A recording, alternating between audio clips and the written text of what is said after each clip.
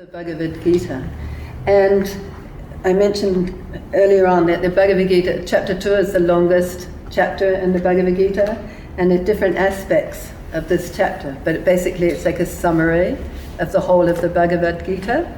And this first portion of chapter 2, Krishna speaks a lot about our identity, because as you remember, Arjuna didn't want to fight, and he didn't want to kill his relatives, and he was feeling like totally overwhelmed by the idea of having to kill aggressors. So even though they were totally aggressive and they wanted to kill him, he didn't want to retaliate, he didn't want to fight back. Right? And so Krishna was explaining to him how the soul is never born or never dies, right? You know, you can't kill anybody. The soul is eternal. So the idea of, I'll show you those photos, and if you can look in your own photograph album, you know that you exist now. You know that you existed 5 years ago. You know you existed 10 years ago. Just. You're 10 on next week, right? Yeah. And so, and you know, earlier than that, right, from babyhood. And so you're the same person, and you can remember different things that happened, but the bodies that we've had on, they've completely changed. You know, you kind of like, if you see somebody, but especially when you get to my age, you might see someone you haven't seen for 10 years, you know, or 20 years, and it's kind of like, whoa, they changed, not us. Right? You look at me, you know. You know, and so, you know, we can see the changes like that. But when it's our own body, it's much more gradual. So you don't really notice, and then, you know, you can't wait till you grow up, and then as you grow up, you can't wait to, you know, it's kind of like, really, I don't really want to get older. But you still feel exactly the same. Inside, you feel the same. You don't feel like you've become old, right?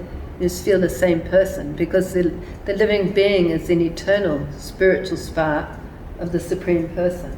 And so Arjuna's idea that, you know, he was going to kill people, Krishna was saying, nobody ever dies, right? The soul is eternal. We simply change bodies. And one of the people he was really concerned about killing was his grandfather, who was on the other side due to political arrangement. He was being financially supported by the opposing army. And so he's very elderly, very strong still, and still very, very powerful warrior. But it's like he'll get another body. It's like the body, you can't kill the person. You can destroy that body, and like we were saying the other day, or you mentioned how, you know, the body can die, but the person doesn't die. The person is simply changes bodies. Just like we've already changed the body we had on from babyhood to childhood, teenage, you know, and older. We've gone through those different bodies. They've dropped off bit by bit. We're still the same person. And at the time of death, a person simply changes the body again. And so you get given a new, fresh body. Right? So the body, generally speaking, a person dies, and you know, well, a person dies pretty much always. Sometimes it doesn't happen like this, but pretty much it's when the body's become so old that you can't stay in it anymore, or it's become so damaged, you know, either from an accident or cancer or something. It's become so damaged you can't stay in that body anymore. But you will still exist, and you get a fresh new body. You know, so it's like there's no need to lament. So Krishna says in here very clearly to Arjuna, the wise lament neither for the living nor the dead, right? Because the soul is eternal. So you've simply got one body, or you've got a different one. You know, like it doesn't matter. You know, you change. Talked about changing clothes.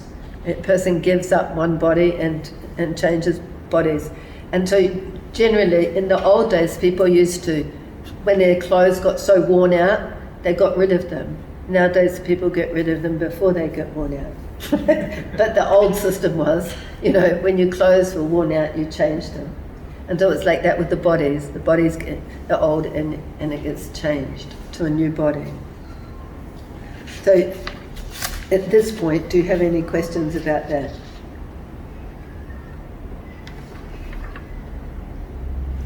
Okay, so Krishna says, can I have a bit more light, or doesn't it go any further? It's just my, oh thanks. Right, so he said, as the embodied soul continually passes in this body, from boyhood to youth to old age, the soul similarly passes into another body at death. The self-realized soul is not bewildered by such a change. So generally people become very bewildered by the experience of death.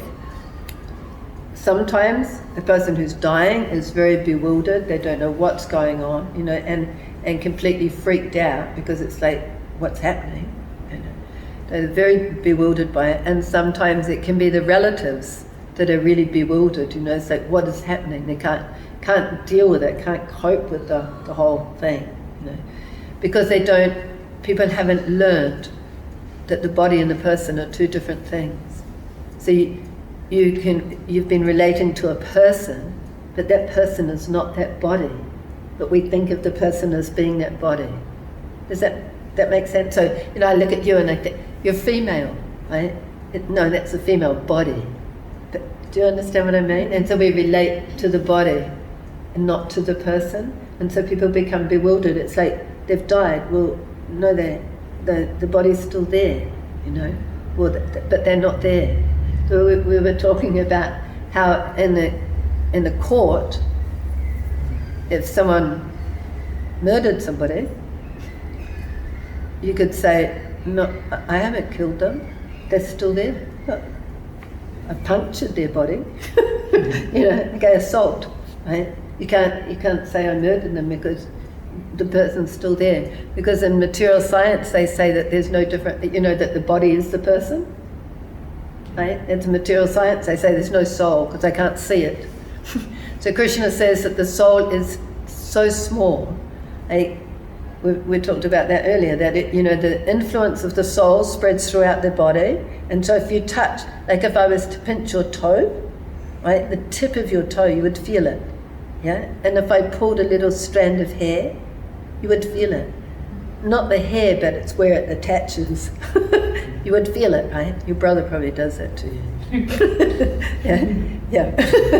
And so you can feel it because the influence of the soul spreads throughout the body. The consciousness is spread throughout that body. But that body is not who we are. Okay? So it's really important, and it has very practical application. So if when you're faced with death, somebody you know, or somebody you don't know for that matter, but you're having to deal with it, or your own impending death, is to understand, I'm simply this body. It's just this body's going, right? I will eternally exist. The spirit soul is eternal, unchanging. And one of the words that Krishna used was immutable. Right? It means never changes under any circumstances. The soul is eternal. And the soul never changes. It means we don't become God either, because the soul doesn't change. Right? We're a spark of the Supreme Person, and we're always a spark of the Supreme Person. Right? We never become God. It's not like we're embodied, and so our spiritual influence is limited, but then once we've left this body, our spiritual influence is unlimited. It's like we're never unlimited, we're not God. Right? And so we're immutable means never change. So the soul never changes. Right? Always eternally youthful, eternally beautiful, eternally full of wisdom, right? Eternally blissful. Right? Blissful is the nature of the soul. That's part of its inherent quality. Activity is part of the soul. Right? That's nature of the soul, is to be active and to love and to be full of wisdom, knowledge, never bewildered by anything. And so Krishna was saying to Arjuna, how come these impurities have come upon you? You should know the progressive values of life. You should know these things. You should know that the person's not the body and you can't kill anybody. Is that understandable? And so when he talked about, there's Faina here. He said, the wise lament neither for the living nor the dead, because it's simply you're in that body or in that body. You're playing that role, or you're playing that role, or you're playing that role. You know, it doesn't change, right? You don't change. You're just playing different roles at different times. But what happens is when we're materially conditioned, we really strongly identify the body to be ourselves and the role that we're playing. You know, I am a mum, I am a Kiwi, I am a woman. You know, no, that's just this time. That's just this role. It's not who I am. Yeah. So if we're not our mind and our body, what about the part of us that is like our personality, our character, that you said wisdom, is that part of, like if your personality, is that not you either? No. So, Yeah, so because we're so materially conditioned, the personality that we have, it may reflect, you know, to a degree, our nature, but it's contaminated. You know, so our, you know, we might be a shy type person, we might be an extrovert type person, whatever. You know what I mean? Different types of personalities. Not a moody personality. The spirit soul's never moody, right? The spirit soul's not angry. You know, so that, you know, like sometimes you can go, that person's got a really angry nature. It's like, that's only the nature for now. That's not their true nature, right? So whatever personality we have, it may or may not have anything to do with our true personality, our true nature. In the spiritual world, the spirit souls have all sorts of different personalities. So there's, you know, quieter type in the spiritual world. There's the more, you know, gregarious. Yeah, thank you. Do you know what I mean? It's like different personalities in the spiritual world. It's not void of personality, and it's not void of variegatedness. There's all sorts of variety in the spiritual world, full of variety. And that's why there's variety in this world, because it's a reflection of the spiritual world. This world is described as being a perverted reflection of the spiritual world. Just everything's got a bit of pollution with it. You know, not only the oceans, but us. You know, covering us, covering that pure soul. There's different pollutions, right? From lifetimes and lifetimes of being in the material world, lifetimes and lifetimes of conditioning. But then, so, you know, we're conditioned to have a certain kind of personality now. You know, we may be a person who's kind of like, you know, been hurt so much in the past, you know, and it may have been another lifetime. A lady was saying to me today how when her child was born, right from go, she was like, you know, sleeping, wake up, wow, I'm here, you know, like, you know, and she knew someone else had a little baby, and it was just like, you know, wake up, you know, like real timid, you know, just like, you know, not much noise, you know. So right from the beginning, we're already picking up baggage from before.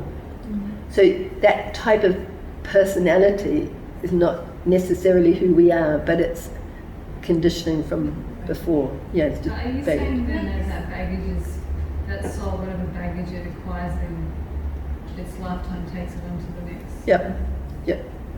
So we don't start as an empty slate, you know, clean slate. Sometimes people go, oh, you know, like babies are so pure and everything.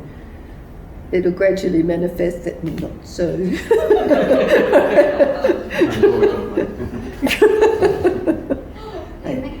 we carry on. So when the living being leaves the body at death, all we're leaving is this external physical body, but the mind stays with us. So our materially molded mind, our desires, the conditioning, that travels with the soul. It's like the template for the next body to develop around. So if the mind has been molded to be like a dog, you know, like if I live like a dog in this lifetime, and I mold my activities like that, then I'm molding, you know, it's like I'm molding my mind like that, then that mold will determine the body that goes around it in the next life. So we carry baggage with us, and we're supposed to become free from it. This human form of life is that opportunity to become free from all that baggage and come to know our true nature, our true self, and our relationship with God. That's what the human form is for. And all the baggage can just be left behind. Don't need to take it anymore. Don't need to keep carrying it around. Yeah. Is that understand? Curious as to what you teach. And that's why, like even from young, you find a child will have a certain type of nature. So 'cause that's just coming from before. You get put into a certain family to facilitate certain circumstances, due to our karma. But do you think, even if the soul is eternal, that people are continually reborn, like Yes. ongoingly? Yes, yes. Even though, like in a practical sense, right, the population gets larger and larger, does that mean more souls are being created? Or how do you No, explain it? no. There's different planets, there's different species of life. It's not like a person, when they have a human form of life, they're just going to necessarily get a human form of life next time. There's just millions of different species, millions of different planets, millions of different universes, innumerable. So it's just on this particular planet, at this particular time. But the records don't go back very far, and people have this idea that once we were all cavemen and stuff, that actually it is not based on any substantial Vedic text or anything, right? There's been eons of times on the material world where there's been, unlimited, practically speaking, number of living entities here. It's like at the moment, it looks like the population has been increasing since, in the records that they have. But, like this was spoken 5,000 years ago. Krishna said he spoke this to the sun god, Vavashan, millions of years ago. The Vedic texts are really in depth. It's not what's taught in schools.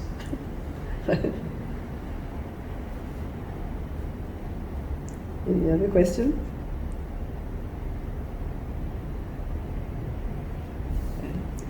So the other thing is that, so Arjuna was like, I don't want to be part of this, it's just like too traumatic.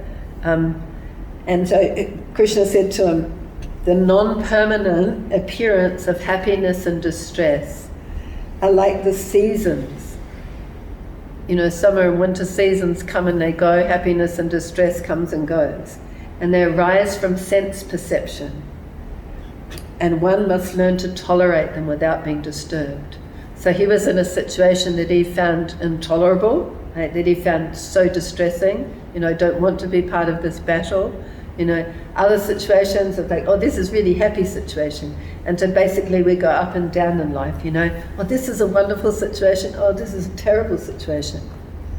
You understand that? We're just, it's always, and we're trying to find that sort of balance in life where everything's just going to be great, and everything will be nice, and everything will, I won't have any illnesses, and nothing will be going wrong with any people around me or anything, that's what we're after. That's actually the spiritual world.